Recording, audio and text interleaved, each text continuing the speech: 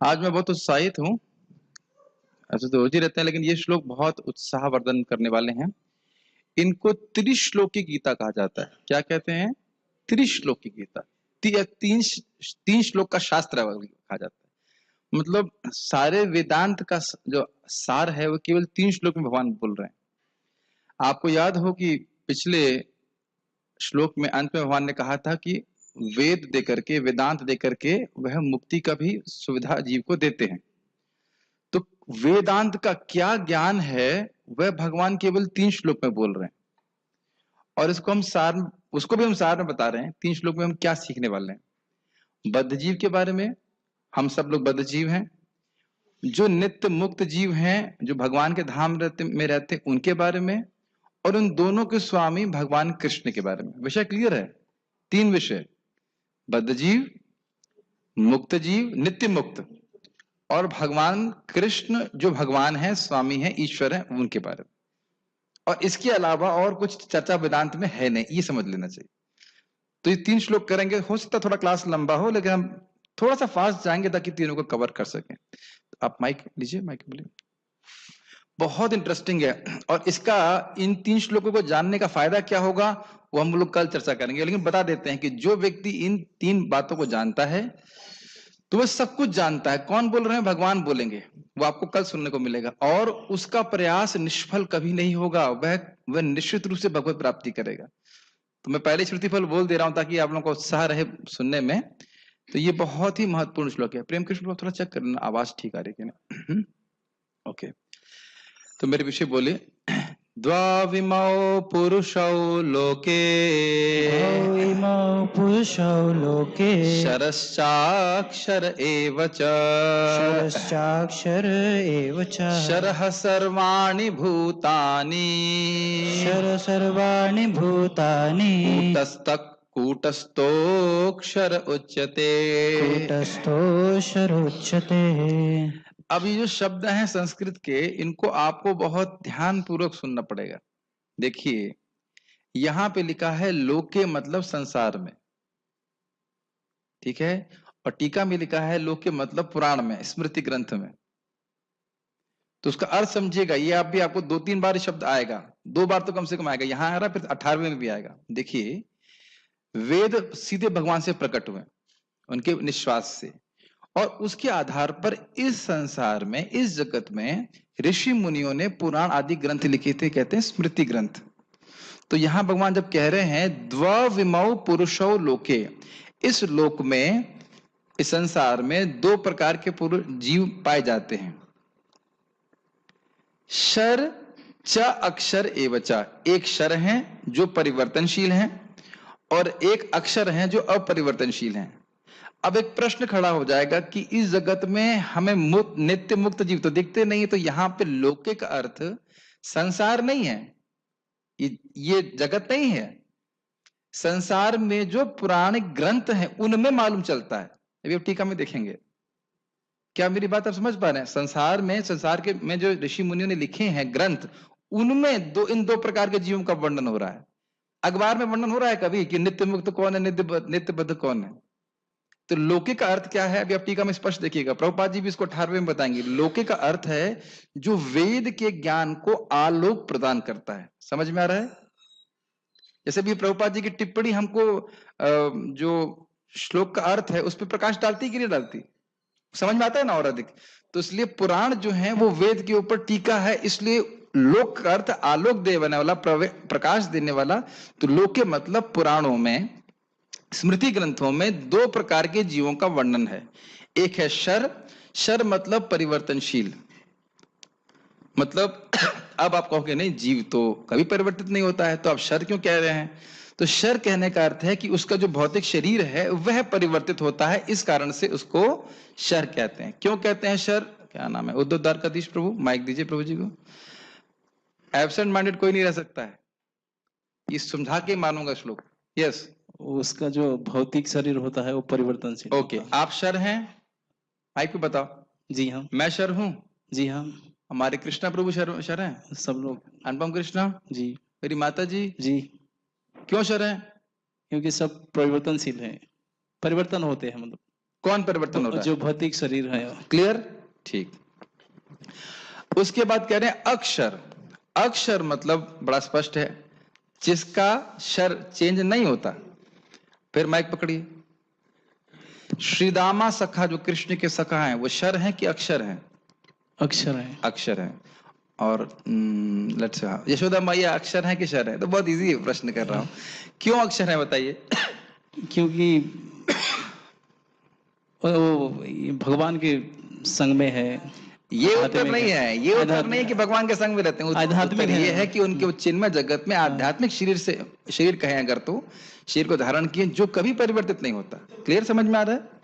ये दो समझ में आ रहा शब्दों का अर्थ। अब इसको देखिए भगवान क्या कह रहे हैं। शरह सर्वाणी भूतानी, जिस जगत में जितने भी जीव हैं वो शर हैं। क्यों शर हैं? शर या छर, जो भी कहिए, छर हैं क्योंकि हम सबका शरीर परिवर्तित हो रहा है। दिख रहा है कि नहीं दिख रहा है?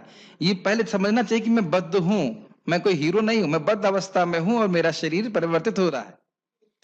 ठीक है। कूटस्थ कूटस्थ अक्षर उच्चते। कूटस्थ का मतलब होता है जो अपरिवर्तनशील है, और अक्षर का मतलब हुआ नित्य मुक्त जीव। ये समझ में आ रहा है? नहीं समझ में आ रही? कूटस्थ का मतलब अपरिवर्तनशील। तो शरह सर्वाणी भूतानी का अर्थ हुआ कि जो इस जगत में बद्ध जीव हैं वह शर कहलाते हैं, क्योंकि उनका शरीर परिवर्तित हो रहा है। और आध्यात्मिक जगत में जो भगवान के नित्य मुक्त पार्षद हैं वह कूटस्थ हैं, वो एक से ही रहते हैं। जैसे यशोदा मैया अनादिकाल से हैं वो वैसे ही रहती हैं। जैसे अन्य भगवान के पार्षद हैं वे नित्य रूप से वैसे ही रहते हैं। आशु तो समझ में आ रहा है? आप शर हैं कि अक्षर हैं? शर हैं। क्यों क्या शर? क्योंकि आपका शरीर इस समय बहुत ही शरीर परिवर्तित हो रहा है। ठीक, ओके। तो ये कहां वर्णन है? लोके। लोके का अर्थ है पुराणों में, स्मृति ग्रंथों में। एक बार इसको पढ़ जरूर लीजिएगा बाद में, तो और अच्छे से समझ में आ जाएगा। एक ही अर्थ है, तो वही उसके गुणों को क्लियर कर रहे हैं भगवान। कूटस्थ का मतलब है कि वो एक रस रहते हैं, उनका कभी ज्ञान में नहीं पड़ते वो। ठीक है। इसी को आप चैतन्य चरितामृत में भी पढ़ेंगे, नित्य बद्ध और नित्य सिद्ध। तो नित्य बद्ध हो गए शर जीव जो हमेशा से भौतिक जगत में हैं, और नित्य सिद्ध जीव हो गए जो भगवान के आध्यात्मिक धाम में रहते हैं, हमेशा बसे रहते हैं। क्लियर? आप लोग के मन में एक प्रश्न जरूर आ रहा होगा, अगर शायद आ रहा हो, कि भाई ये सब जान करके हम सिद्ध हो जाएंगे, ऐसा कैसे? ये प्रश्न आ रहा है मन में? अभी हमने क्लास के पहले बताया था कि ये सब ज्ञान सीख लेंगे, नित्य बद्ध और नित्य सिद्ध, तो हमारे प्रयास सफल हो जाएंगे, हमारा जीवन सफल हो जाएगा। ये भी आपने 19वें श्लोक में आप पढ़ लेना, उसमें लिखा हुआ है 19-20 में। देखिए होगा ये कि जब हम समझेंगे कि हम बद्ध हैं और हम ये समझेंगे कि नित्य मुक्त जीव हैं, तो हम क्या करेंगे? प्रयास करेंगे नित्य मुक्त जीव बनने का, भगवान में मिल जाने का प्रयास नहीं करेंगे। साध्य क्लियर हो जाएगा कि हमें करना क्या है, और उसके लिए आप जानते हो भगवान की भक्ति करनी है। भगवान की भक्ति करेंगे तो सिद्ध हो जाएगा। क्या ये सब इक्वेशन समझ में आ रही हैं? ठीक है। जीव दो प्रकार के हैं, च्युत तथा अच्युत। भौतिक जगत में प्रत्येक जीव च्युत या शर होता है, और आध्यात्मिक जगत में प्रत्येक जीव अच्युत कहलाता है। एक इसको और अच्छे तरह से समझ सकते हैं। च्युत मतलब जो अपने संबंध को भगवान से अपने संबंध को भूल गया है, और अच्युत मतलब जो अपने संबंध को भगवान से कभी नहीं भूला है। चैतन्य चरितामृत में इसका वर्णन आता है, भुंजे सेवा सुख। ये जितने उनको पार्षद कहा जाता है, और वह भगवान की सेवा का सुख नित्य ही भोगते हैं। इंजॉयमेंट को मना नहीं किया जा रहा है, लेकिन सेवा का सुख भोगना चाहिए, इंद्रिय तृप्ति का दुख नहीं भोगना चाहिए। तो जो भौतिक जीव है वो क्या कर रहे हैं? इंद्रिय तृप्ति का दुख भोग रहे हैं। और जो आध्यात्मिक जीव हैं वो क्या कर रहे हैं? कृष्ण की सेवा का सुख अनुभव कर रहे हैं। ये सब बातें समझ में आ रही है मुझे प्रभु? तो सुन करके क्या करना है आपको? मन में क्या विचार आ रहा है? हाँ, मन में ये विचार आ रहा है स्वाभाविक कि अच्छा होता कि मैं भगवान का पार्षद बन जाता और शाश्वत काल के लिए सुख भोगता। क्या ये विचार नहीं आ रहा मन में? स्वाभाविक सी बात है, ये बात है। गीता भूषण टीका। भगवान कृष्ण अब वेदों के उस अर्थ का सार रूप में प्रस्तुत करेंगे जो श्रीला बादरायण ऋषि के द्वारा दिया गया था। ये लिंक आप लोगों को समझ में आ रहा है? हम लोगों ने कल सुना था ना, वेदेश्च सर्वे अहम एवं वेद्यो वेदांत कृद वेद विदेव चाहम। तो भगवान ने कहा कि वेद का अर्थ वेदांत के रूप में मैंने प्रस्तुत किया और उसकी रचना करने वाला मैं हूं। ये कल सुने थे आप लोग। तो अब वेदांत का क्या ज्ञान है जो भगवान जानते हैं, जिसको भगवान ने प्रेजेंट किया है, उसको भगवान इन 3 श्लोकों में बोल रहे हैं। देख रहे हैं ब्यूटी भगवान की, ब्यूटी में नहीं, ब्यूटी नहीं, ब्रिलियंस। ब्रिलियंस को हिंदी में क्या कहेंगे? हाँ, जो भी कहते हैं समझते हैं आप, ब्रिलियंस भगवान की, कि 3 श्लोक में पूरा वेदांत को आपके सामने प्रस्तुत कर दिया और इतना आसान कर दिया कि हम समझ सकते हैं। परम पूज्य राधा गोविंद महाराज कह रहे थे कि कुछ लोगों को ज्ञान नहीं होता है, बोलना आता है, और कुछ लोगों को बोलना आता है, नहीं सॉरी, ज्ञान होता है लेकिन बोलना नहीं आता। ये पहला वाला क्या बोला था? बोलना आता है लेकिन ज्ञान नहीं होता है, ठीक है। और कुछ लोगों को ज्ञान होता है लेकिन बोलना नहीं आता, होता ना, पढ़ा नहीं पाते ठीक से।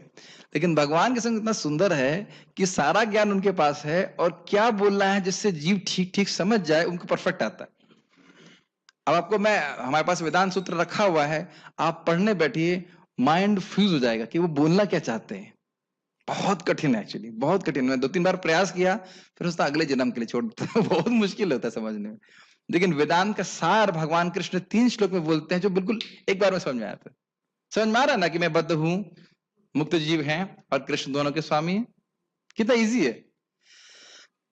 चलिए आगे सुनते हैं। लोक शब्द हमने हाईलाइट किया हुआ है। लोक शब्द का अर्थ है जिसके द्वारा सत्य का अनुभव किया जाए, इसलिए लोक शब्द का यहाँ पे अर्थ वेद से है। वेद में 2 प्रकार के पुरुषों का वर्णन है।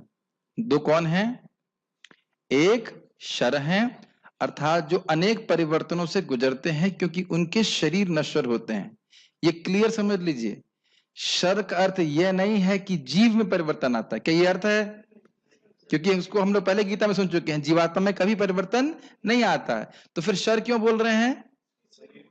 क्योंकि शरीर परिवर्तित हो रहा है। Very good. मैं बार बार रिपीट कर रहा हूं ताकि वो बातें थोड़ा सा घुस जाए मन में। आप लोगों से अनुरोध है कि क्लास में समय से आइए, अगर समय से नहीं आएंगे तो पकड़ में नहीं आएगा कि बात क्या बोल रहे, क्योंकि लिंक मैं सबसे पहले बताता हूँ, और लिंक का छूट जाएगा तो फिर उतना रुचि नहीं आएगी और कहानी नहीं सुनाई जाएगी। यह भौतिक जगत के संसर्ग के कारण बंद हुआ है। ये लाइन समझ में आती है आपको? जीव इस जगत का भोग करना चाहता है, उसको शरीर दिया जाता है, और यह शरीर लगातार परिवर्तनशील है। इस कारण से जीव को, बद्ध जीव को शर कहा जाता है। विजय प्रभु बताइए, जीव को शर क्यों कहा जाता है? मुझे पता है कुछ लोग पीछे क्यों बैठते हैं ताकि माइक वहां ना पहुंचे और प्रश्न न किया जाए। ठीक है, वो मुझे पता है, हम भी पढ़ चुके हैं कॉलेज में। यस, हाँ। क्योंकि प्रभु जी हमारे पास भौतिक जो शरीर है प्रभु जी, थोड़ा जोर से बोलो। जो भौतिक शरीर है ना वो, हाँ, ये परिवर्तन होता रहता है। गुड। यानी कि हमारा भौतिक शरीर परिवर्तित लगातार हो रहा है, इसलिए शर कह रहे हैं। और हमें क्यों प्राप्त हुआ भौतिक शरीर? क्योंकि हमारी भोग की इच्छा है। वेरी गुड, ठीक। अक्षर अर्थात दूसरे वे हैं जो अनश्वर शरीर होने के कारण एक ही अवस्था में रहते हैं। समझ में आपको?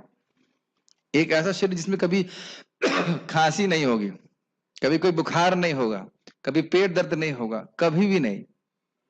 और ऐसा नहीं कि हम लोग भावुकता में बोल रहे हैं, सामने गीता है आपके सामने, और इस पे सभी का अधिकार है, भगवान के नाम सभी जा सकते हैं। तो कैसा शरीर प्राप्त होगा आकाश आपको वहां पे? अच्छा, उसमें कौन कौन से तत्व होंगे? पृथ्वी, जल, वायु, अग्नि, आकाश में से कौन सा तत्व? कोई भी नहीं होगा। तो कौन से तत्व होंगे उसमें? सच्चिदानंद शरीर होगा। ठीक है। तो क्योंकि सत है, शाश्वत है, ज्ञानमय है, आनंदमय, इसलिए शरीर वहां पे परिवर्तन करने की कोई आवश्यकता नहीं, चेंज नहीं होता। एकदम स्पष्ट टीका है। उनका इस भौतिक जगत से कोई संबंध नहीं होता, इसलिए वे मुक्त रहते हैं। इस बात को आप जरूर ध्यान रखना, क्योंकि ये बात अभी अगले श्लोक में आएगी। नित्य मुक्त जीवों का चाहे कितने शक्तिशाली हों, इस भौतिक जगत से कोई संबंध नहीं है। वो कभी नहीं भोगते, इसको भोगने के बारे में सोचते ही नहीं है। कोई उनके मन में कभी आता ही नहीं है कि हमें इस जगत का भोग करना है। ठीक, इसलिए बोल रहे हैं। उन दोनों का आगे वर्णन हो रहा है। अब देखिए, आज ही एक व्यक्ति ने प्रश्न किया कि ब्रह्मा जी का शरीर भौतिक है कि आध्यात्मिक? सामने है। शर शब्द से ब्रह्मा जी से लेकर सभी अचर प्राणी तक इंगित होते हैं। ब्रह्मा जी मतलब एकदम टॉप पे ब्रह्मा जी ले लीजिए, और नीचे चींटी तक कहीं और जेटा छोटा प्राणी ले लीजिए, सबका शरीर परिवर्तनशील है। मैंने आपको याद हो 15.1 में आया था कि ब्रह्मा जी का शरीर बुद्धि से बना है। तो एक व्यक्ति ने प्रश्न किया, किसकी बुद्धि से बना है? हमने कहा किसकी बुद्धि से बना है, ये नहीं है कि किसी ने बनाया है, वो बुद्धि तत्व से बना हुआ है। तो फिर उन्होंने प्रश्न किया कि आध्यात्मिक है कि भौतिक है? तब क्या उत्तर है? भौतिक है। समझ रहे हैं? इस जगत में हर व्यक्ति का शरीर भौतिक है। मैं फिर से रिपीट करूंगा, नारद जी ने प्रश्न किया था, क्या भगवान विष्णु केवल बड़े हैं? मेरी बात समझ में आ रही है? जैसे मेरे पिता का शरीर भौतिक है, उनके पिता का शरीर भौतिक है, तो क्या केवल नारायण भगवान बड़े हैं और उनका शरीर भौतिक है? तो क्या उत्तर था? ना। ब्रह्मा जी से लेकर जितने लोग भी आ रहे हैं उनका सबका शरीर भौतिक है, लेकिन भगवान से जो ब्रह्मा जी आ रहे हैं उनका, तो भगवान जो है वो चिन्मय है। अभी मैं कल ही रिसर्च कर रहा था जैन धर्म के उसमें, तो उनके हिसाब से उनका ये आर्गुमेंट है कि जो भगवान पूरी तरह स्पिरिचुअल हैं, वो भौतिक जगत को कैसे निर्माण कर सकते हैं, इसलिए भगवान है नहीं। कितना सुंदर लॉजिक है ना, कटाक्ष में बोल रहा हूं। भगवान स्पिरिचुअल है और ये जगत मटेरियल है, भगवान से कैसे आ सकता है? इसलिए भगवान को गायब कर दो, भगवान है नहीं। और यही सब बातें अभी आप 16 अध्याय में सीखने जाने वाले हैं, ये सब आसुरी विचार है। तो भगवान सब कुछ कर सकते हैं, he can convert matter to spirit, spirit to matter, everything he can do. तो समझ में आ रहा है, ब्रह्मा जी पर्यंत जिन लोगों का भी शरीर है वह सब भौतिक शरीर है। देखिए सब चीज हमें सुनना क्यों जरूरी है? क्यों? क्योंकि हम पूरे टाइम यही सोचते रहते हैं कि हम ये शरीर हैं। हमारी जो आइडेंटिटी है, फॉल्स पहचान जो है, हमारी झूठी पहचान, वो इस शरीर में रूटेड रहती है, मतलब चिपकी रहती है। हम बस यही सोच रहे हैं हम ये शरीर हैं। तो इसलिए सुनना पड़ेगा कि हम बीमार हैं, हम बद्धावस्था में हैं, और हमारी स्वस्थ अवस्था है नित्य मुक्त अवस्था, वहां ठीक होकर पहुंचना है। ये शरीर हमेशा नहीं रहेगा। हाँ, आचार्य कौन है? अच्छा, ये प्रश्न है कि आचार्य गण क्षण है, क्षर है कि अक्षर? देखिए, वह अपने संबंध को, भले ही उनका लगता है कि शरीर परिवर्तित हो रहा है, लेकिन हमें ध्यान देना चाहिए कि वह अपने संबंध को भगवान कृष्ण से कभी नहीं भूलते। एक और अच्छा उन्होंने प्रश्न कर दिया है, ये मेरे मन में ऑलरेडी बात आ रही थी कि ये बात आ ना जाए। जो क्षर जीव है वह जगत का भोग करना चाहता है, ये भी तो सीखा था हमने, अभी सीखा था कि नहीं? क्या आचार्यगण जब यहाँ पे आते हैं तो क्या वो भोग करना चाहते? और अब आपको मैं कुछ और बोलूंगा तो दिमाग से बाउंस हो जाएगा, लेकिन मैं बोल दे रहा हूं, स्वयं श्रीमन चैतन्य महाप्रभु, स्वयं सनातन गोस्वामी पाद को बोलते हैं। आप जानते हो सनातन गोस्वामी पाद के फोड़े हो जाते हैं। अब आप सोच रहे हो, अरे देखो भौतिक शरीर है, देखो फोड़े हो रहे हैं। और महाप्रभु एकदम स्पष्ट लिखा है चैतन्य चरितामृत में, उनको आलिंगन करते हैं और कहते हैं कि तुम्हारा शरीर पूरी तरह से सच्चिदानंद है। भैया, भगवान की माया समझ में नहीं आती, एकदम समझ में नहीं आती। आप कहेंगे देखो फोड़ निकल रहा है, भौतिक शरीर है, लेकिन स्वयं आपको मैं श्लोक दिखाऊंगा, एकदम चैतन्य चरितामृत में भगवान चैतन्य महाप्रभु स्वयं बोले तुम्हारा शरीर पूरी तरह चिन्मय है। तो आचार्य गुणों की बात आप समझ नहीं सकते बिल्कुल भी। नरोत्तम दास ठाकुर जी कैसे अप्रकट हुए? पहले उनको सामान्य तरह से शरीर छोड़ दिया, उनका शरीर जला रहे थे, उसके बाद वो गोलोक पहुंच गए, तो यहाँ लोग निंदा कर रहे, देखो शूद्र होकर ब्राह्मणों को दीक्षा दे रहा था, फिर वापस आके खड़े हो गए सामने। अब क्या बोलेंगे? आचार्य गण का कुछ आप समझ ही नहीं सकते, उनकी भी लीला समझना बड़ा मुश्किल है। और फिर बाद में वो गए गंगा जी में, गए थे ना, गंगा जी में गए और दूध बन गया शरीर उनका, पद्मा नदी है।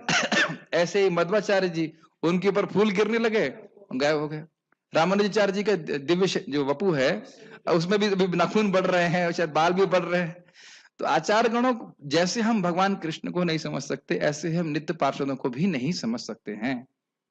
लेकिन ये एकदम स्पष्ट है कि नित्य पार्षदों का भी, जैसे अर्जुन जब यहाँ पे आ रहे हैं, अर्जुन जो शरीर का शरीर है वह दिव्य है, युधिष्ठिर महाराज का शरीर दिव्य है, लेकिन वो इस जगत में जब आते हैं तो ऐसा प्रस्तुत होता है कि वो लगता है कि भौतिक शरीर लेके चल रहे हैं। ये बड़ा अच्छा प्रश्न था, मैं इसको अवॉइड कर रहा था क्योंकि थोड़ा सा हाई फाई बात हो जाएगी, लेकिन अच्छा प्रश्न कर दिया तो हम उत्तर दे रहे हैं इस प्रकार से। भौतिक बुद्धि से हम नहीं समझ सकते। अब प्रभुपाद जी बोल रहे हैं कि एक मेरे शिष्य को कि तुम यहाँ मंदिर बना रहे हो और कृष्ण तुम्हारे लिए गोलोक मंदिर में बना रहे हैं, मैं देख सकता हूँ। हम देख सकते हैं कुछ? इसलिए आप एक बार प्रभुपाद जी अफ्रीका में कहीं जा रहे थे, तो वहां पे येलो फीवर हुआ था, तो शिष्य को डर लग रहा था, कुछ आप क्या कहते हैं उसको, वैक्सीन ले लीजिए। प्रभु कहते हैं मेरा शरीर चिन्मय है, मुझे फीवर नहीं हो सकता। तब कहेंगे अरे प्रभुपाद जी को तो फीवर भी था ही था। वह उनका पास टाइम है। शुद्ध भक्त जब बीमार होते हैं तो इसीलिए बीमार होते हैं कि उनके जो डिसाइपल्स हैं उनको सेवा करने का मौका मिले। भैया बहुत खतरनाक है, बहुत खतरनाक है ये, बहुत खतरनाक। शुद्ध भक्तों का आप कुछ नहीं कह सकते, स्पेशली आचार्यों का वो क्या कैसे कर रहे हैं, बड़ा मुश्किल है। जैसे भगवान की लीला एकदम गुह्य है, ऐसे ही महान भक्तों के लिए अपनी इच्छा से आते हैं, अपनी इच्छा से जाते हैं। फिर भी बहुत अच्छा प्रश्न था। तो ये ध्यान रखना पड़ेगा कि क्षर जीव क्यों क्षर है, क्योंकि वो भोग करना चाहता है, भगवान से अपने संबंध को भूला रहता है। प्रभुपाद जी का फेमस स्टेटमेंट है, ऐसा कोई समय मुझे याद नहीं कि मैंने कृष्ण को भूला हो। सुने है ना ये बात, तो वो आप कल्पना भी नहीं कर सकते। हाँ प्रभु, ईश्वर का मतलब क्या होता है? सारे नित्य मुक्त जीव आ रहे हैं। चलो कोई बात नहीं, आइए आइए, स्वागत। ठीक है, आप लोग बाद में सुन लेना रिकॉर्डिंग, कोई दिक्कत नहीं। कहाँ थे हम लोग? अक्षर पे पहुंच गए थे। हाँ, तो उनका इस भौतिक जगत से कोई संबंध नहीं, भोग कोई इच्छा कोई होती नहीं। इन दोनों का आगे वर्णन हो रहा है। क्षर शब्द से ब्रह्मा जी से लेकर पढ़ चुके। कूटस्थ अर्थात अक्षर जीव सदा एक ही अवस्था अर्थात नित्य मुक्त अवस्था में रहते हैं। मतलब अब कितनी सुंदर बात है, अगर थोड़ा सा विचार कर ले। एक बार आपको वो आध्यात्मिक शरीर प्राप्त हो गया तो हमेशा हमेशा के लिए सारी कठिनाई समाप्त। और प्रभुपाद ने कितना आसान कर दिया, 16 माला का जप करो, 4 नियम का, मैं रोज ही बोलता 16 माला का जप करो, 4 नियम का पालन करो, और तुमको मृत्यु के बाद भगवान का धाम मिल जाएगा।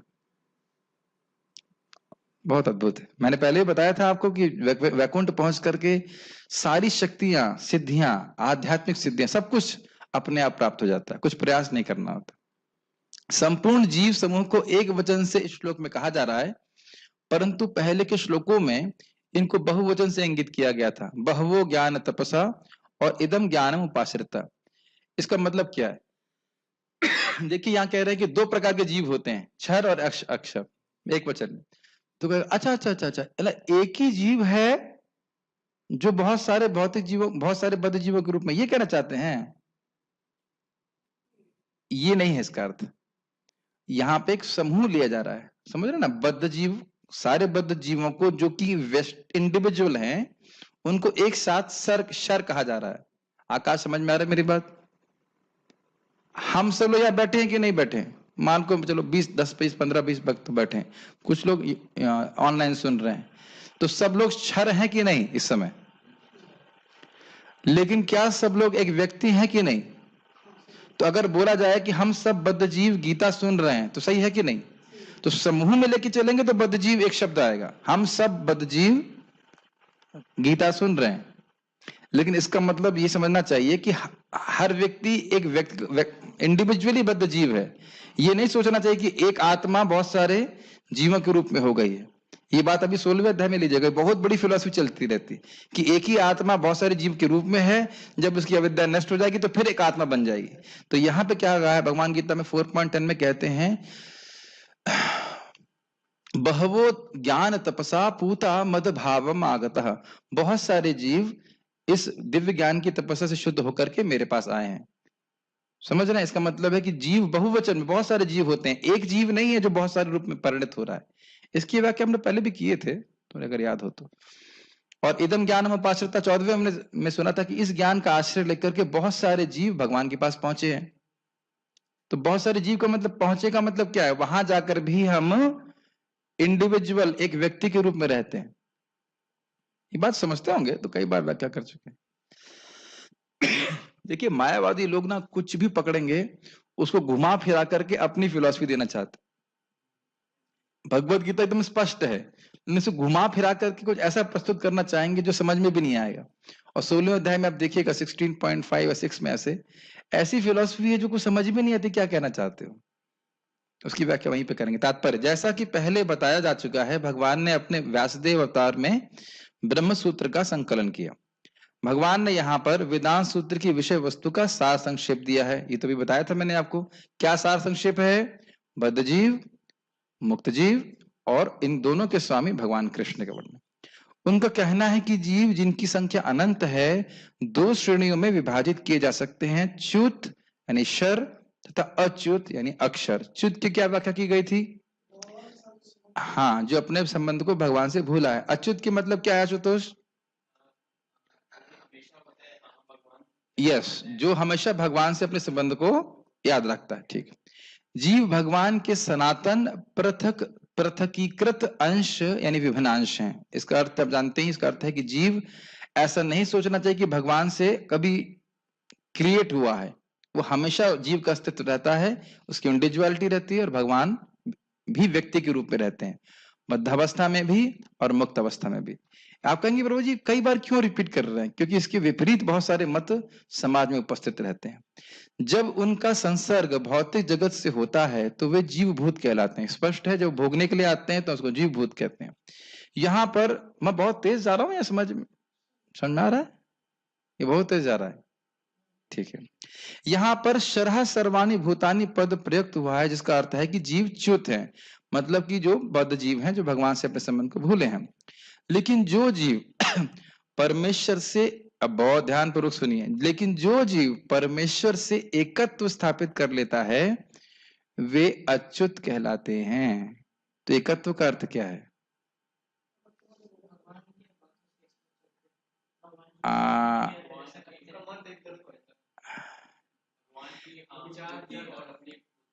हाँ, यही बात है, उनकी अन्याभिलाषिता शून्य। वह एक व्यक्ति रहते हैं, लेकिन कृष्ण की सेवा से अतिरिक्त उनकी और कोई इच्छा नहीं रहती है। ये समझ में आ रहा है? ऐसा नहीं है कि वह अपना अस्तित्व खो देते हैं। पांडे जी समझ में आ रहा है? आकाश, क्या हम अपना अस्तित्व खो देते हैं? क्या हम भगवान से एक हो जाते हैं? हाँ, हाँ, लेकिन एक किस दृष्टि से? इच्छा की दृष्टि से।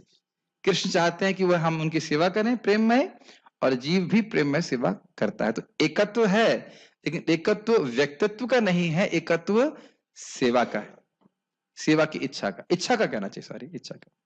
ये समझ में आता ना बात?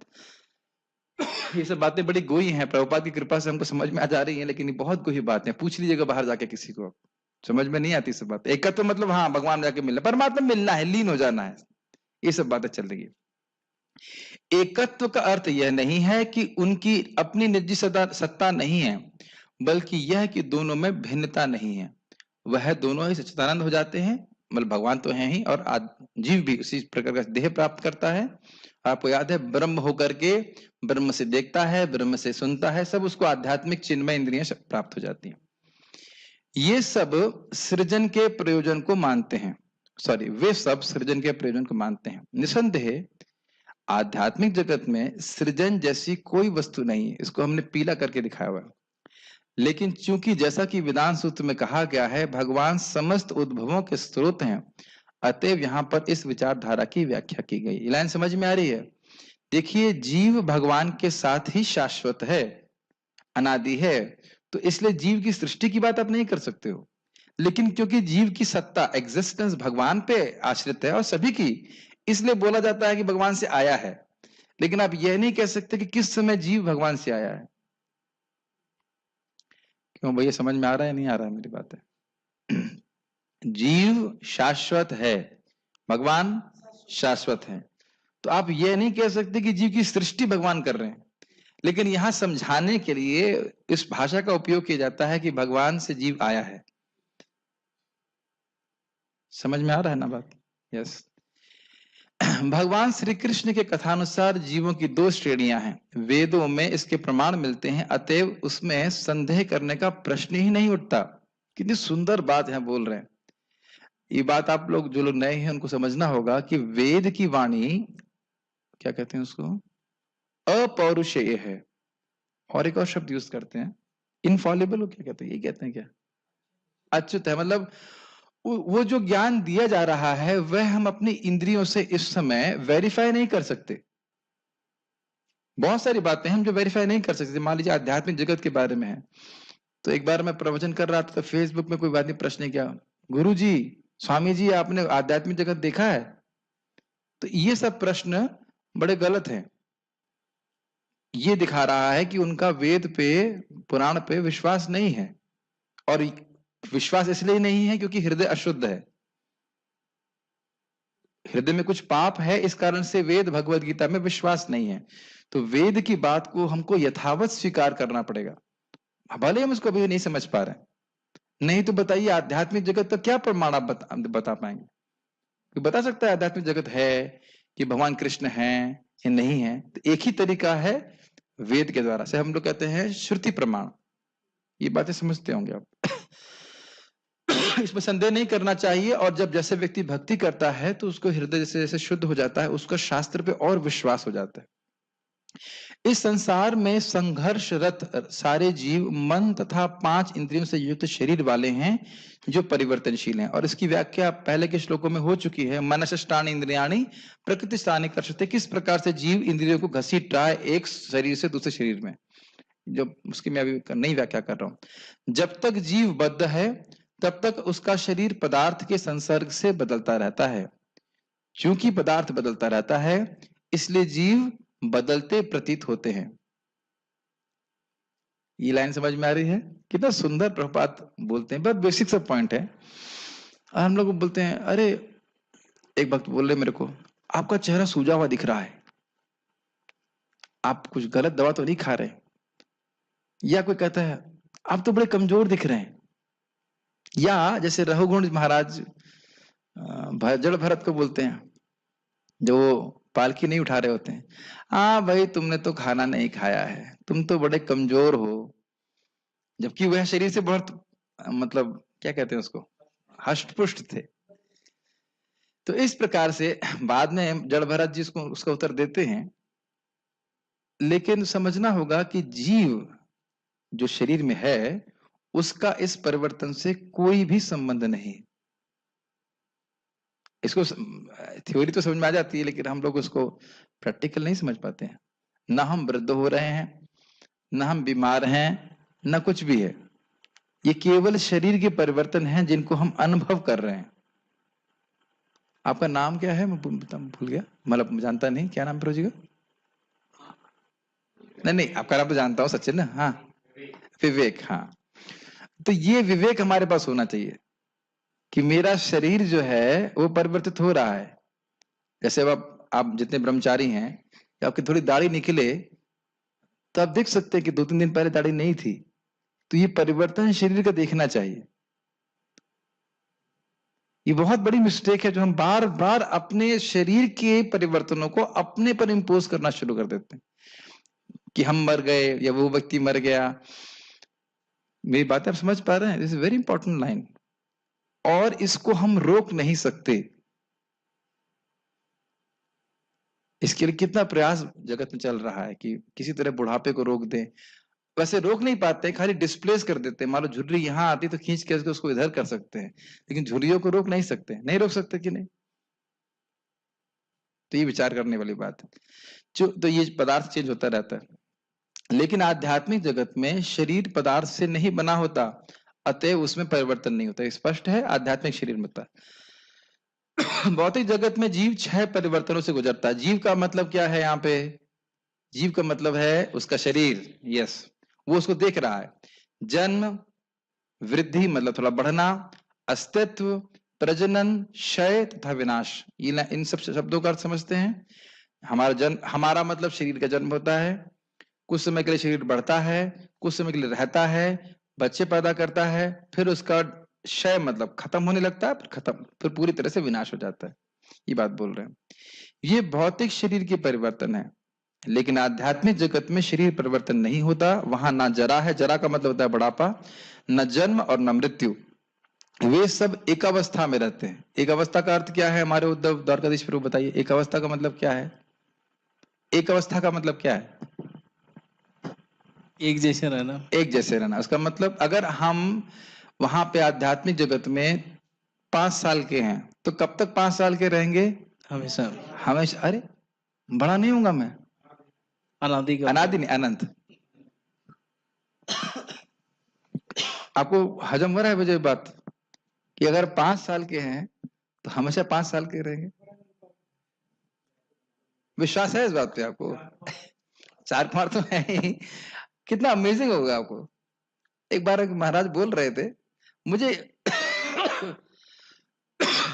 मैं इसमें कौतूहल होता है, कृष्ण क्या करते होंगे, मतलब वहां पे जन्म लेने की लीला तो होती नहीं है, ऐसे मैंने सुना है, और उनको इसे तो मेरे को आश्चर्य नहीं होता होगा।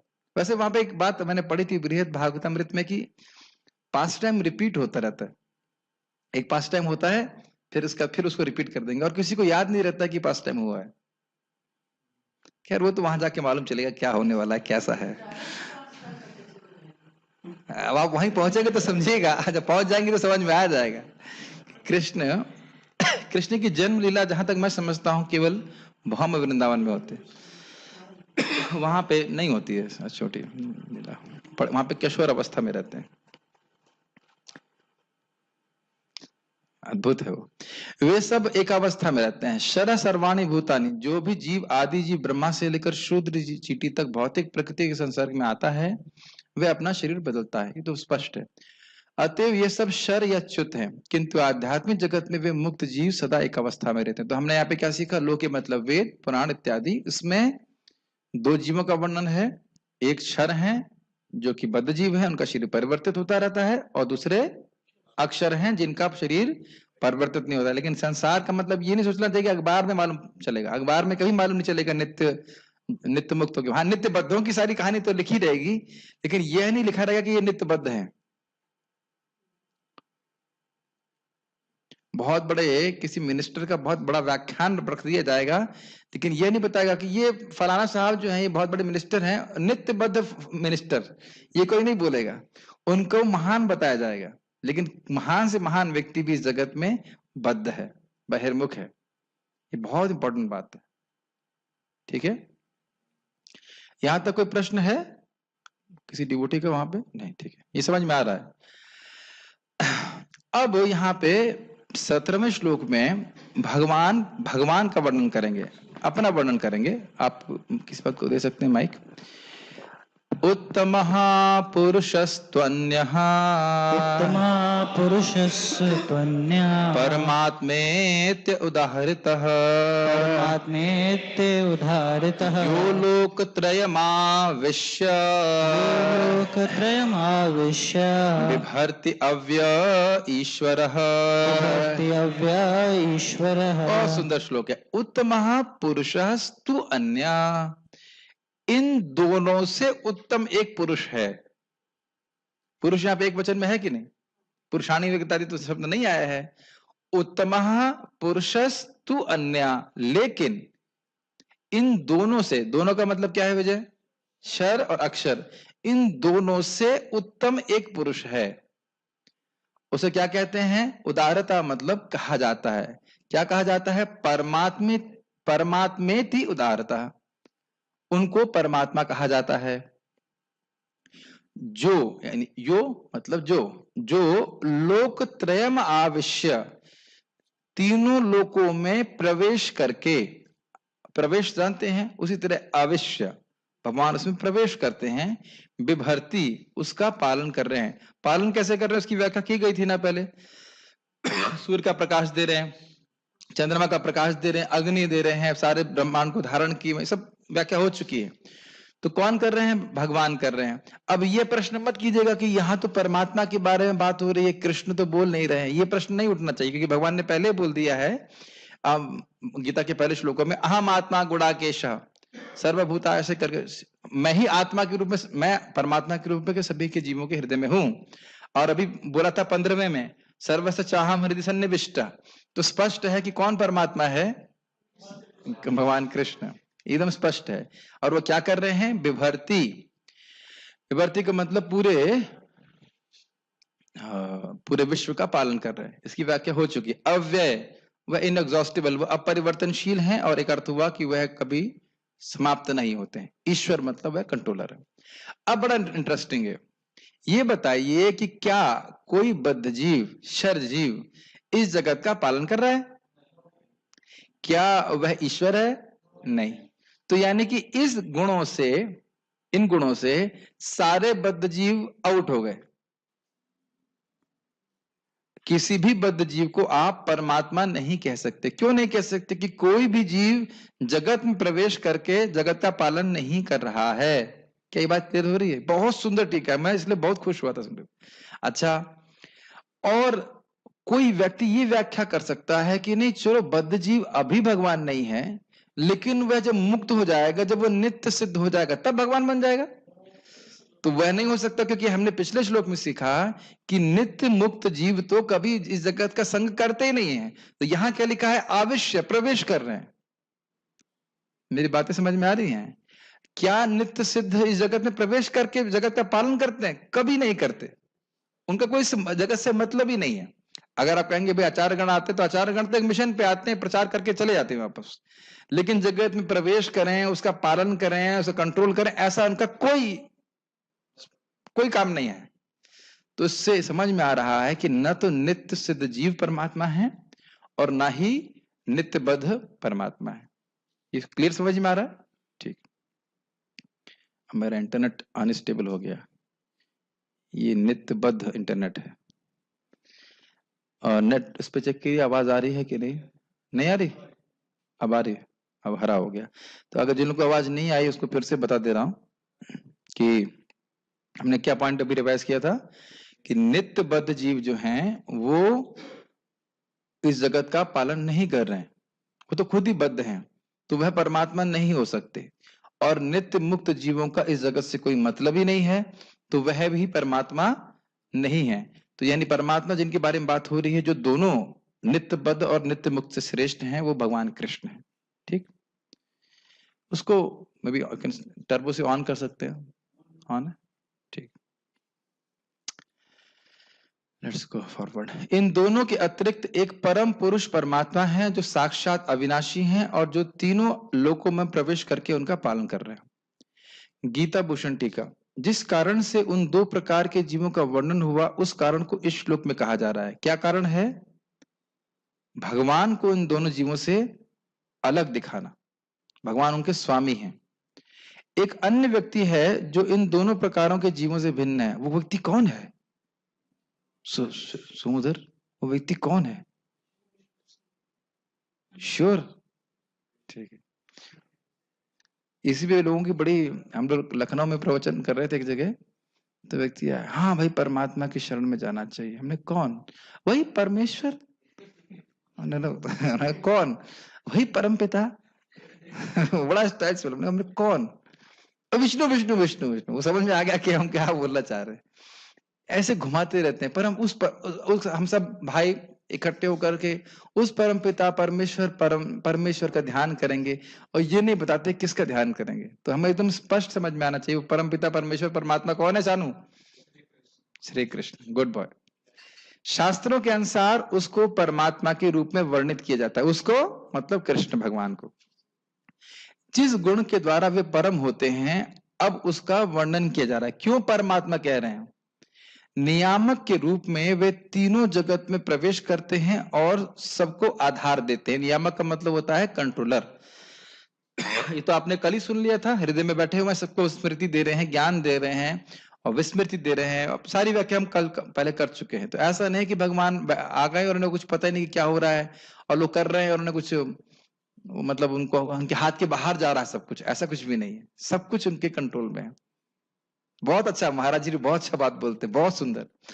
परम पूज्य राधा गोविंद महाराज जी कह रहे थे कि हमसे कहा गया कि भगवान क्या कर रहे हैं, क्या कंट्रोल है भगवान का, देखो इतना गड़बड़ हो रहा है।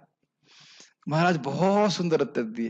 कह रहे हैं देखो भगवान का ऐसा कंट्रोल है कि चाहे कितना भी बड़ा डकैत हो, लेकिन इस जगत से बाहर कुछ लेके जा नहीं सकता। कितना बड़ा सुंदर कंट्रोल है ना। कितना ही बड़ा हीरो हो, कितना बड़ा चोर हो, लेकिन इस धरती के बाहर तुम कुछ नहीं लेके जा सकते। सब यहीं छोड़ के जाना पड़ता है ना कंट्रोल भगवान का। सभी को आधार दे रहे हैं, ये आपने व्याख्या सुन लिया था ना चंद्रमा इत्यादि के द्वारा। सभी को आधार देने और संरक्षण देने का कार्य एक बद्ध जीव को एक बद्ध जीव इंगित नहीं होता है, क्योंकि वह ऐसा कार्य नहीं कर सकता है। ये तो आप भी मैंने बताया था ना आप लोगों को। हम लोग किसी को संरक्षण दे रहे हैं, हम किसी के आधार हैं? कोई भी नहीं। और कोई भी बद्ध जीव किसी का आधार नहीं है। तो एकदम स्पष्ट है कि परमात्मा बद्ध जीव नहीं है। ठीक है। यह मुक्त जीव को भी इंगित नहीं करता है, क्योंकि उसका तो भौतिक जगत से कभी भी कोई भी संपर्क नहीं होता है। विजय प्रभु, दोनों बातें समझ में आ गई? बद्ध जीव, माइक दीजिए, ये सामने बैठा है, फंस गया बेचारा। चलो कुणाल को देते हैं, कुणाल को दीजिए।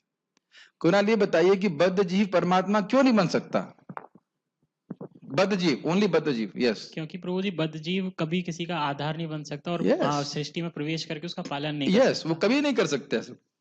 हम हर तरह से भगवान पे आश्रित हैं। अच्छा, प्रेम कृष्ण प्रभु, मुक्त जीव तो कर सकते हैं ना? मुक्त जीव तो आपने बताया था सब कुछ कर सकते हैं, तो क्या परमात्मा नहीं बन सकते? क्यों नहीं बन सकते बताओ माइक पे। नहीं तो बोल दिया आपने, ऐसे ही बस नहीं बोल दिया। क्यों नहीं? अभी क्या पढ़ा मैंने बताया? मुक्त जीव जो नित्य सिद्ध है वही उनको ही परमात्मा बना दो, भगवान को आने की क्या जरूरत है?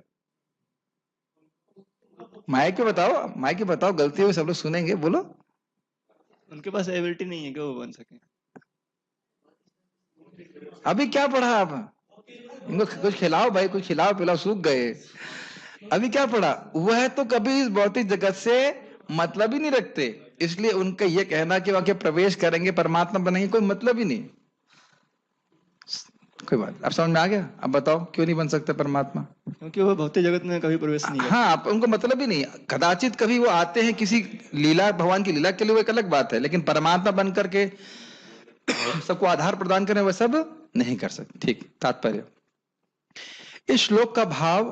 हाँ, प्रश्न आया है कि प्रश्न, क्या हाँ। भगवान से जीव नहीं आए हैं, किससे आए हैं? भगवान से जीव नहीं आए हैं। देखिए, कई बार शरीर, मैंने इसको कई बार समझाया है, हम लोगों को यही सब भाषा समझ में आती है, उत्पत्ति, शरीर, इनका प्रयोग किया जाता है ताकि हम समझ सकें। जीव भगवान से आया है तो आप कहोगे कि भगवान से कब आया है, लेकिन ऐसा नहीं है। वेदांत सूत्र में एकदम स्पष्ट लिखा है कि जीव और भगवान दोनों ही अनादि हैं। और भगवान ने गीता में भी बोला है, विद्धि अनादि प्रकृतिम पुरुषम चैव विद्धि अनादि उभावपि। तुम प्रकृति यानी कि भौतिक प्रकृति और पुरुष यानी कि जीव को, दोनों को ही अनादि जानो।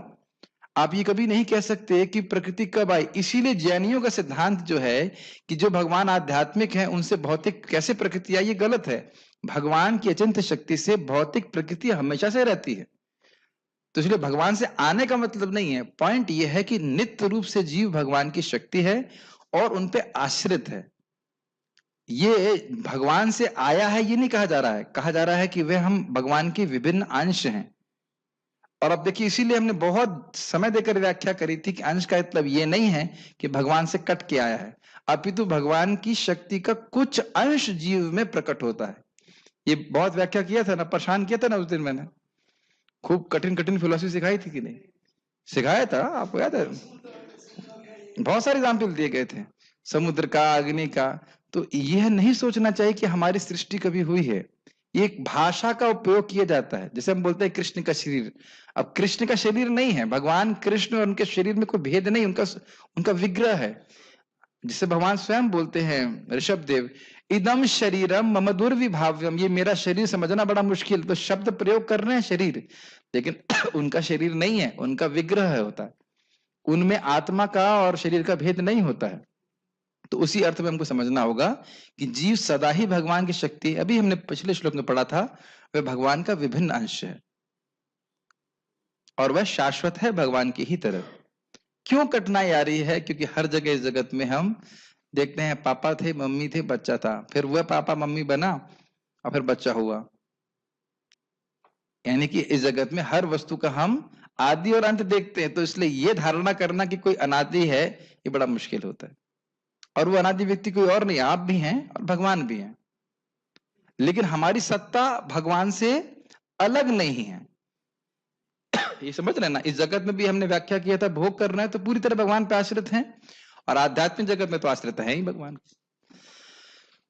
इस श्लोक का भाव कठोपनिषद तथा श्वेताश्वतर उपनिषद में अत्यंत सुंदर ढंग से व्यक्त हुआ है। वहां यह कहा गया है कि असंख्य जीवों के नियंता, जिनमें से कुछ बद्ध हैं कुछ मुक्त हैं, एक परम पुरुष हैं जो परमात्मा है। उपनिषद का श्लोक इस प्रकार है, नित्यो नित्यानाम चेतनस चेतना नाम। आगे का श्लोक है, एको बहुनाम यो विदधाति कामान। बहुत सारे नित्य हैं, शब्द क्या है यहाँ पे? नित्य मतलब शाश्वत। जीव बहुत सारे हैं, सॉरी नित्यानाम, नित्यानाम मतलब बहुत सारे जो जीव हैं उनमें एक नित्य है। कौन वो नित्य है? भगवान परमात्मा। चेतनस चेतना नाम, बहुत सारे चेतना वाले व्यक्ति हैं, हम सब लोग चेतना से युक्त हैं, लेकिन उनमें एक मुख्य चेतना वाला है, वो है भगवान। और एको बहुनाम यो विदधाति कामान, वो अकेले ही सभी की इच्छाओं को पूर्ण कर रहे हैं, चाहे वो भोग की इच्छा हो, चाहे वो मुक्त होने की इच्छा हो। ये समझ में आ रहा है? आज छोड़ूंगा तभी जब तीसरा श्लोक होगा, ठीक है ना? मतलब दूसरा श्लोक भी हो जाएगा तभी, पहले से तैयार रहिएगा, गाड़ी मत देखना। सारांश यह है कि बद्ध तथा मुक्त दोनों प्रकार के जीवों में से एक परम पुरुष भगवान है, जो उन सबका पालन करता है और उन्हें कर्मों के अनुसार भोग की सुविधा प्रदान करता है। ये क्लियर है? बद्ध जीव हैं कुछ, मुक्त जीव हैं, और उनके श्रेष्ठ कौन है? कौन है राजकुमार श्रेष्ठ? भगवान श्रेष्ठ है। और हम भगवान बन सकते हैं क्या थोड़ी मेहनत करें तो? एकदम क्लियर रहना चाहिए, कितनी भी मेहनत कर लें हम भगवान नहीं बन सकते। क्या बन सकते हैं? भगवान के सेवक, और एक्चुअली सेवक हम हैं ही पहले से। क्लियर? ठीक। वह भगवान परमात्मा रूप में सबके हृदय में स्थित हैं, स्पष्ट है। प्रेम कृष्ण प्रभु परमात्मा कौन है? वो भगवान तो हैं, मतलब वही चालू हो गए। परमात्मा कौन है? भगवान। कौन? परम पिता, अरे कृष्ण। ये एकदम क्लियर रहना चाहिए। ये आप लोगों को बहुत क्लियर है, लेकिन हमारे रिश्तेदार हैं, वो बेचारे व्रत हो गए, और अमेजिंग है कि वो 16 माला भी कर रहे हैं, लेकिन एक मलाल रह गया कि हमें आज तक कोई बताया नहीं कि ईश्वर कौन है। मुझे इतनी हंसी आ रही थी, हमने कहा भाई उसी ईश्वर का आप 28,000 बार नाम जप कर रहे हो, आपको यही नहीं समझ में आया कि ईश्वर कौन है? अरे वो गीता में एकदम स्पष्ट लिखा है, बाप कौन है? कृष्ण बाप है, एकदम स्पष्ट है। हमें बताया नहीं ईश्वर कौन है। तुमको बता, तो ईश्वर खुद बता रहा है कि मैं ईश्वर हूं, और कौन आगे बताएगा? बताइए, गूगल आगे बताएगा? क्या क्या बुद्धि है लोगों की? जो बुद्धिमान व्यक्ति उन्हें समझ सकता है वही पूर्ण शांति लाभ कर सकता है, अन्य कोई नहीं। क्यों? क्योंकि जब हम कृष्ण की सेवा करना शुरू करते हैं तभी हृदय में हम ठंडक प्राप्त कर सकते हैं। जब तक भोग करते रहेंगे, अपने आप को भगवान का कंप्यूटर समझते रहेंगे, कभी भी शांति प्राप्त नहीं हो सकती। ठीक है? आखिरी श्लोक आप लोगों की प्रसन्नता के लिए।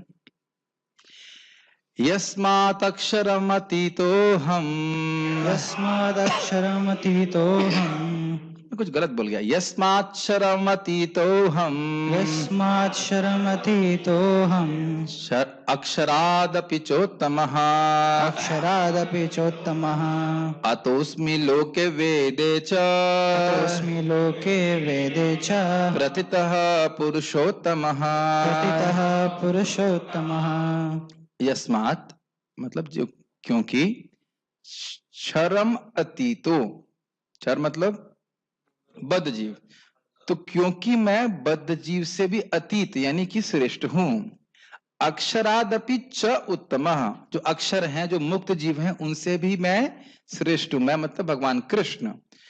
अत अस्मि लोके वेदे, इसलिए मुझे, लोके का यहां पे अर्थ क्या हुआ पुराणों में?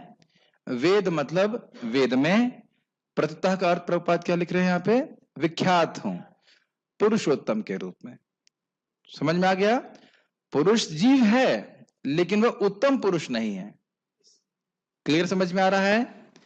यस्मात् अक्षरम अतीतो हम अक्षरादपि चोत्तम। अब कहेंगे स्पष्ट समझ में, चूंकि, क्योंकि मैं भगवान कृष्ण बद्ध जीव और मुक्त जीव दोनों से ही श्रेष्ठ हैं। मुक्त जीव मतलब नित्य सिद्ध पार्षद, उनसे भी श्रेष्ठ हैं। इसलिए लोके मतलब पुराण में और वेदों में मैं पुरुषोत्तम के रूप में विख्यात हूं। मैं का मतलब भगवान कृष्ण। ये सब स्पष्ट समझ में आ रहा है?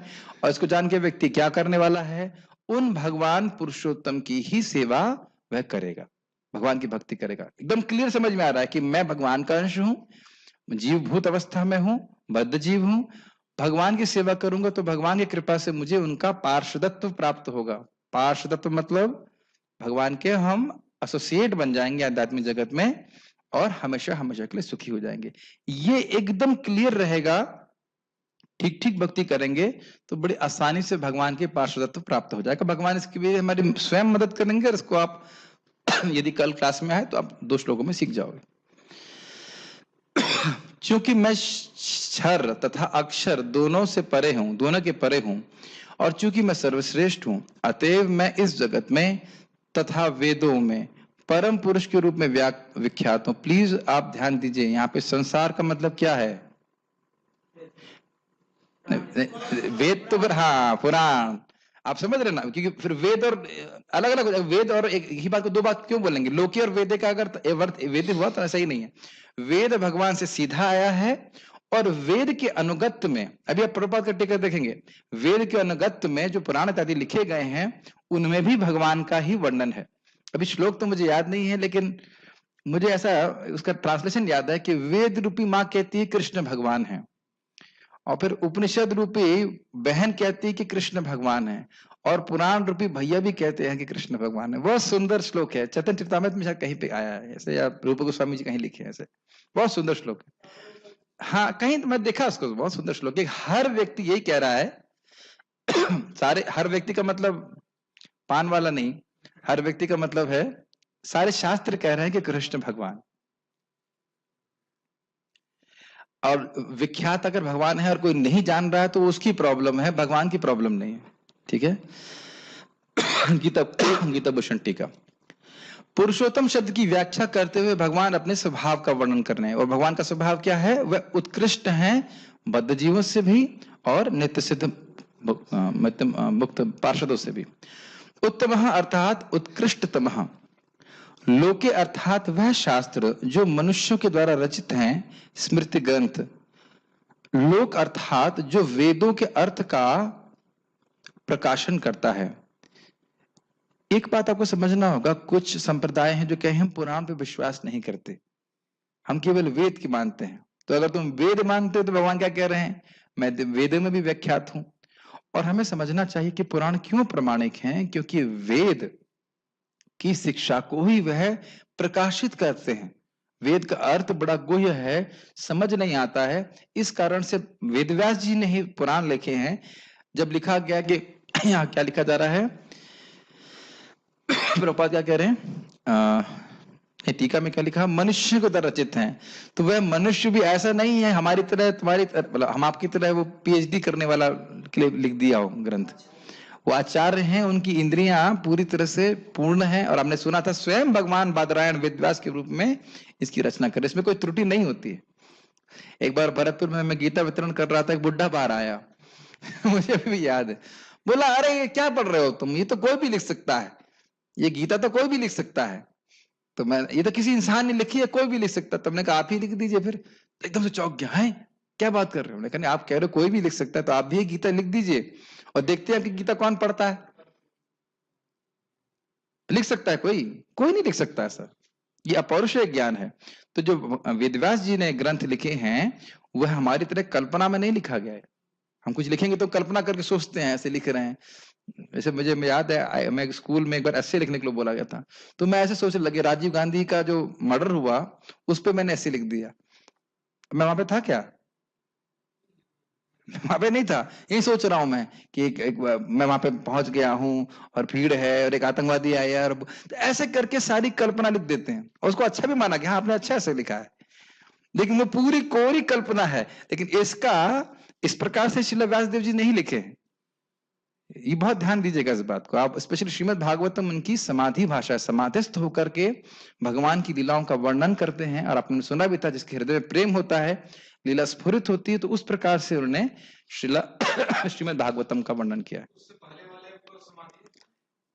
ओ, मुझे लग रहा था ये प्रश्न आ ही जाएगा, आप लोग बड़ा कनेक्टेड है परमात्मा से। अभी मैं बोलते हुए सोच रहा था कि क्या वह समाधि भाषा है या नहीं उसके बारे में हम कुछ नहीं कह सकते, लेकिन वह पुराण भी पूरी तरह परफेक्ट नहीं, तो आप प्रवचन में सुन चुके हो, क्योंकि अन्य पुराणों को लिखने के बाद भी उसमें भगवान की कीर्ति का उस प्रकार से वर्णन नहीं हुआ जैसा कि श्रीमद् भागवतम में एक्सक्लूसिवली हुआ है। लेकिन श्रीमद् भागवतम के समय में तो टीका में एकदम स्पष्ट दिखा हूं समाधि भाषा। और नारद जी, आपको याद, आपको मैंने पढ़ाया था, नारद जी बोले थे कि आप भगवान के अवतार हैं, आप भगवान की लीला को देख सकते हैं। याद आ रहा है? आप बैठ करके भगवान की लीला का स्मरण करें, और उसके बाद स्मरण का मतलब दर्शन करें, और फिर उसको लिखें। याद है ना, पढ़ाया गया था इस बात को। तो ये बाकी का हम नहीं कह सकते, लेकिन इसमें स्पष्ट लिखा है। और बाकी पुराण भी जानते हो उसका उद्देश्य क्या है, लोगों को क्रमशः विकास करने के लिए। लेकिन श्रीमद् भागवतम पूरा परफेक्ट ग्रंथ है, उसका अध्ययन करना चाहिए। वेद में यह कहा गया है, जैसे एक सिंपल बात सोचिए, एक प्रश्न, क्या जब भगवान कृष्ण भगवत गीता को अर्जुन को बोल रहे थे, क्या व्यासदेव जी वहीं बैठे थे? क्यों भाई? अब समझ में आया कि समाधि भाषा है कि नहीं? वहीं से बैठे बैठे वो सारा देख रहे हैं और उसके बाद उसको एज इट इज लिख दे रहे हैं। भगवत गीता भी समाधि भाषा हुई ना, मेडिटेशन के द्वारा भगवान ने पूरा देख लिया, अपनी दिव्य दृष्टि से देख लिया कि भगवान क्या बोल रहे हैं और यथावत उसको प्रस्तुत कर दिया, इसलिए दिव्य ग्रंथ है। तावत एष संप्रसादो स्मात् शरीरात् समुत्थाय परम ज्योति रूपम संपद्य स्वेन रूपेणाभिनिष्पद्यते स उत्तमः। शरीर से निकलकर परमात्मा का प्रवेश निराकार ब्रह्म ज्योति में होता है, तब वे अपने इस आध्यात्मिक स्वरूप में बने रहते हैं। यह परमात्मा ही परम पुरुष कहलाता है। ये क्यों कोटेशन दिया गया है? ये दिखाने के लिए कि उपनिषद जो वेदों का अंश है उसमें भगवान का वर्णन हुआ है परमात्मा के रूप में। ठीक, इसका अर्थ यह हुआ कि परम पुरुष अपना आध्यात्मिक तेज प्रकट करते तथा प्रसारित करते रहते हैं और यही चरम प्रकाश है। ये सब व्याख्याएं इसीलिए दी गई हैं कि परमात्मा का वर्णन वेद में हुआ है, जो भगवान बोल रहे हैं उसको वो पुष्ट कर रहे हैं। स्मृति ग्रंथों में भी परम पुरुष का गुणगान इस प्रकार हुआ है। पुराण में तैर विज्ञापितः कार्यस्तु भगवान पुरुषोत्तमः अवतीर्णो महायोगी सत्यवत्याम पराशरात्। वे परम भगवान पराशर ऋषि के द्वारा सत्यवती के गर्भ में प्रकट हुए। तो यहाँ भी शब्द पुरुषोत्तम है, तो इसमें कोई संदेह नहीं करना चाहिए। स्कंद पुराण की उक्ति है कि स्वयं भगवान ही वेद व्यास पढ़े और उन्होंने इस सारे ग्रंथों को लिखा है और इसमें कोई डाउट नहीं होना चाहिए। तात्पर्य प्रभुपाद जी का, भगवान कृष्ण से बढ़कर कोई नहीं है, न बद्ध जीव न मुक्त जीव। इसकी व्याख्या हम लोग कर ही रहे हैं। अतएव वे पुरुषोत्तम है।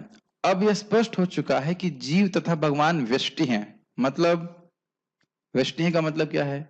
इंडिविजुअल हैं, यानी कि मुक्त होने के बाद भी जीव भगवान नहीं बनता है, वह उनकी सेवा में लगता है। यस, अंतर इतना है कि जीव चाहे बद्ध अवस्था में रहे या मुक्त अवस्था में, वह शक्ति में भगवान की अकल्पनीय शक्तियों से बढ़कर नहीं हो सकता है। इसको मैंने पहले भी व्याख्या किया था कि बृहद भागवतामृत में सभी वैकुंठ के पार्षदों का जो शरीर है, सभी तो नहीं कह सकता, लेकिन काफी सारे वैकुंठ पार्षदों का शरीर जो है वह भगवान के रूप जैसा होता है, लेकिन और उनके पास भगवान जैसी शक्तियां भी होती हैं, लेकिन फिर भी वो जानते हैं कि भगवान स्वामी हैं, भगवान विशेष शक्ति वाले हैं, वो सेवक हैं और भगवान स्वामी हैं। ये बात हमने बताया था ना। आप गोप कुमार जी किसी वैकुंठ के पार्षद को देखे और सोचे वही भगवान है और उनको प्रणाम करना शुरू करिए तो क्या बोले? नहीं नहीं नहीं नहीं, कार बंद कर लिया सर, नहीं नहीं मैं तो सेवक मात्र हूं। याद आ रहा है ना, बताया था। यस, यह सोचना गलत है कि भगवान तथा जीव समान स्तर पर हैं या सब प्रकार से एक समान है। इनके व्यक्तित्वों में सदैव श्रेष्ठता तथा निम्नता बनी रहती है। उत्तम शब्द अत्यंत सार्थक है, भगवान से बढ़कर कोई नहीं है। एकदम स्पष्ट समझ में आ रहा है? यस।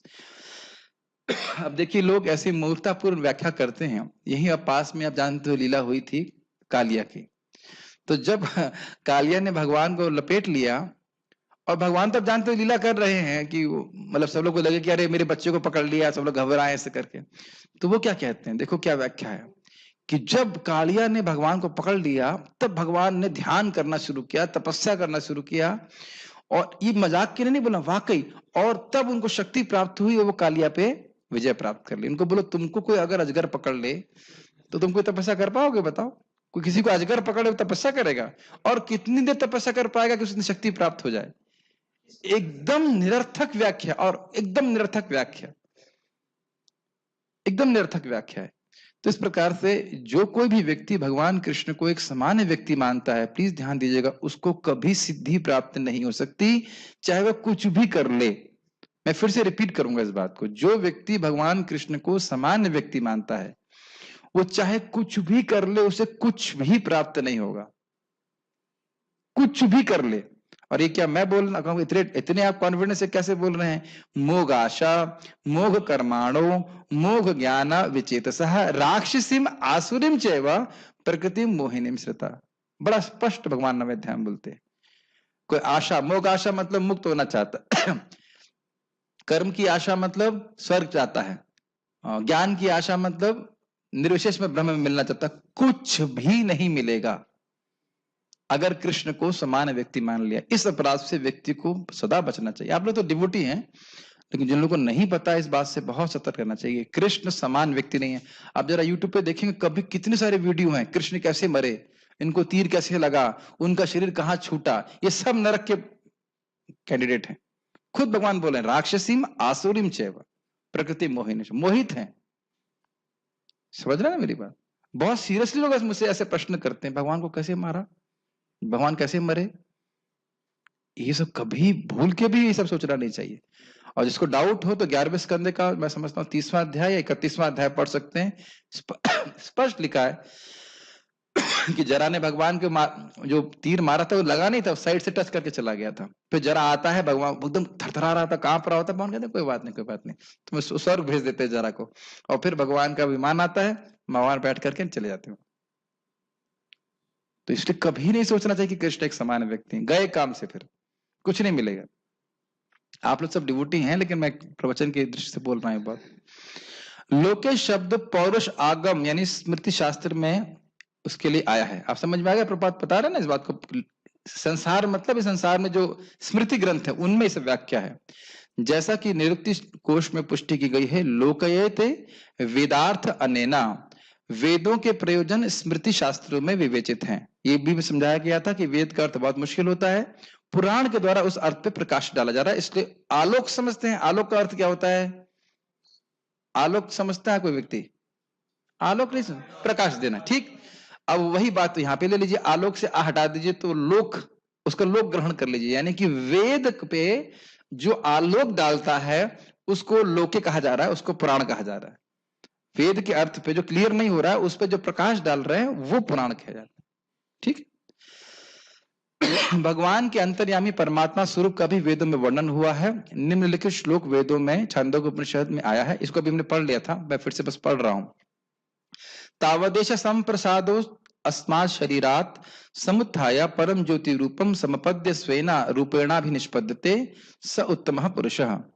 शरीर से निकलकर परम आत्मा का प्रवेश निराकार ब्रह्म ज्योति में होता है। परमात्मा का मतलब दोनों को जोड़ के लीजिएगा, परमात्मा। तब वे अपने उस आध्यात्मिक स्वरूप में बने रहते हैं। यह परमात्मा ही परम पुरुष कहलाता है। इसको बहुत अगर आसानी से समझें, भगवान आध्यात्मिक जगत में है, ब्रह्म ज्योति है, भौतिक जगत है। भगवान अपने आप को परमात्मा के रूप विस्तारित करते हैं जब तक ये जगत रहता है एक मेले की तरह। फिर जब ये जगत समाप्त हो जाता है तो भगवान वापस अपने धाम में चले जाते हैं। ठीक, यस। इसका अर्थ यह हुआ कि परम पुरुष अपना आध्यात्मिक तेज प्रकट करते तथा प्रसारित करते रहते हैं और यही चरम प्रकाश है। इस परम पुरुष का एक स्वरूप है अंतर्यामी परमात्मा। ये अब जानते हैं, उनका नाम क्या है? मैंने जानबूझ के प्रश्न किया था। उनका नाम है क्षीरोदकशाय विष्णु, जो कृष्ण के विस्तार हैं। इसीलिए जानबूझ के पूछा था मैंने। आप जानते हो कृष्ण और उनके पास 4 भगवान विष्णु का, बलराम जी से 4 विष्णु, फिर उसके बाद बहुत सारे एक्सपेंशन, उसके बाद महाविष्णु यानी कारणोदकशाय विष्णु, फिर उनसे गर्भोदकशाय विष्णु और फिर क्षीरोदकशाय विष्णु। ठीक है, और कृष्ण भी कह सकते हो, कृष्ण ही है लेकिन उनके विस्तार है।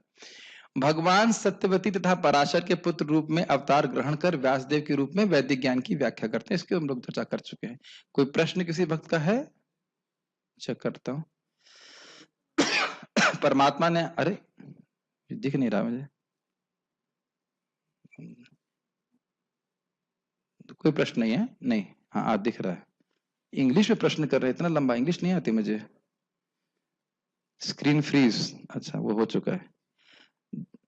क्या जीव भगवान से नहीं आता, इसकी व्याख्या कर चुके हैं, नहीं करते हैं। और क्या है? कोई कह रहा है कि भगवान के जीव भगवान की सेपरेट एनर्जी हैं, विष्णु स्वरूप एक्सपेंशन, जैसे आपने पहले बताया था, उसकी और व्याख्या कर सकते हैं।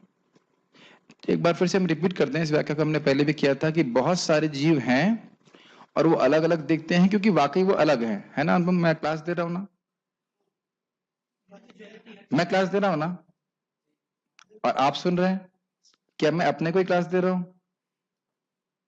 ये नहीं है। ठीक, तो यानी कि जीव अलग अलग दिख रहे हैं, आप अलग दिख रहे हो, प्रेम कृष्ण प्रभु अलग दिख रहे हैं, समुद्र अलग दिख रहे हैं, क्योंकि हम लोग वाकई अलग हैं। विजय, आप शुभ कृष्ण दास हैं? नहीं है। मैं विजय हूं? हम दोनों अलग हैं। कृष्णा, समझ में आ रहा है राजकुमार? लेकिन भगवान के लिए संभव है कि वो अपने को ही क्लास दे सकते हैं। वो एक ही समय में अपने आप को विस्तारित करते हैं, शिष्य के रूप में कर सकते हैं, शिष्य के रूप में वो खुद ही गुरु भी बन सकते हैं और खुद अपने आप को ही क्लास दे सकते हैं। समझ रहे हैं? जैसे कि ब्रह्म विमोहन लीला में हम देखते हैं, वो खुद ही ग्वाल बाल बन जाते हैं, खुद ही वह बछड़ा बन जाते हैं और खुद ही अपने आप को हाँकते हैं। ये समझ में आ रहा है विजय? आपको समझ में आ रहा है? मुझे तो समझ में नहीं आ रहा। बड़ा अद्भुत है, भगवान खुद ही अपने को विस्तारित करते हैं, वही बछड़ा बन रहे हैं, वही डंडी भी बन रहे हैं। आपको पता होना चाहिए, जो डंडी थी वह भी भगवान विष्णु थी। सब, हाँ सब बंदर बने थे, पता नहीं शायद बंदर को थोड़े लेके गए थे ब्रह्मा जी। अच्छा, लिटिल कृष्ण में दिखाया था। अच्छा ठीक ठीक। अतोस्मि लोके वेदचा। डंडी बने थे लेकिन बंदर बने थे, मुझे पता नहीं कि बंदर ब्रह्मा नहीं, सब में उनको जो लोग चुराए गए थे वो बने थे ना, पता नहीं, मैंने ध्यान नहीं। बंदर को नहीं लेके गए थे, बछड़े और ग्वाल बाल लेके गए थे। चलो अब उसको वैसे बन भी सकते हैं, कोई प्रॉब्लम नहीं है, लेकिन वैसे पॉइंट इज दैट कि ग्वाल बाल गायब हुए थे तो उनकी छड़ी भी तो गायब थी, तो छड़ी के रूप में भी भगवान हो गए थे। तो बड़ा अद्भुत है। तो अपने को अपने हाथ से पकड़े हुए हैं, अपने को हाँक रहे हैं, तो लेकिन उसके बावजूद वह एक ही व्यक्ति रहते हैं। तो ये भगवान की अचिंत्य शक्ति से होता है। ठीक है, और इसकी व्याख्या हम लोग ने 1.3.28 में जो सीरीज में लेक्चर्स हैं उनको आप सुन सकते हैं। इसमें श्रुति माता पृष्ठा, बहुत सुंदर, श्रुति माता पृष्ठा दिशति भवद आराधन विधिम, बड़े सब हो गए, स्कॉलर हो गए। यथा मातुर्वाणी स्मृतिरपि तथा वक्ति भगनी पुराणाद्य ये वा सहजनि निवहस्ते तदनुगा अतः सत्यम ज्ञातम मुरहर भवान एव शरणम। मध्यलीला 22.6 लिख लीजिएगा, बहुत अच्छा है श्लोक। क्या कह रहे हैं? तो यही बात कह रहे हैं कि श्रुति शास्त्र जो है सब वो हमने श्लोक कोट किया तो उसको बोल दिया, उसको आप लोग पढ़ लीजिएगा। 22.6 कह रहे हैं गीता क्लास सुनकर जगत सुनसान लग रहा है, लेकिन इन सुनसान जगत में आप सुबह जप करने नहीं आते। वैराग्य केवल गीता क्लास तक रहता है। मैं नाम नहीं बोल रहा हूं लेकिन डांट रहा हूं। इस सुनसान जगत में एक क्या कहते हैं उसको, फव्वारा है, और फव्वारा है भक्तों का संग। तो सुबह सुबह जप में आइए। लगता है इस जगत में फंस गया, लगता नहीं, वाकई फंसे हुए हैं। इंद्रियों के साथ युद्ध चल रहा है, हाँ, और जब युद्ध करने जाए तो 2-4 सैनिक साथ में होने चाहिए। तो इसलिए सुबह आइए, भगवान से प्रार्थना कर रहा हूँ, करने के अलावा मैं कुछ नहीं कर पा रहा हूँ। ये सब खाली कहने की बात है, मैं प्रार्थना के अलावा कुछ नहीं कर पा। भगवान जो कुछ कह रहे हैं वो करना चाहिए। क्या करना है? हरे कृष्णा कृष्णा कृष्णा हरे हरे, हरे राम राम राम हरे हरे। तो सुबह आइए, ऐसा प्रश्न करेंगे तो डांट पड़ेगी। एक ऐसा नहीं चलेगा प्रभु जी मैं तो बहुत पतित हूं, मैं कुछ नहीं कर सकता। क्यों नहीं कर सकते? भगवान जो बोल रहे हैं हरे कृष्णा करने के लिए, करिए भक्तों के संग में।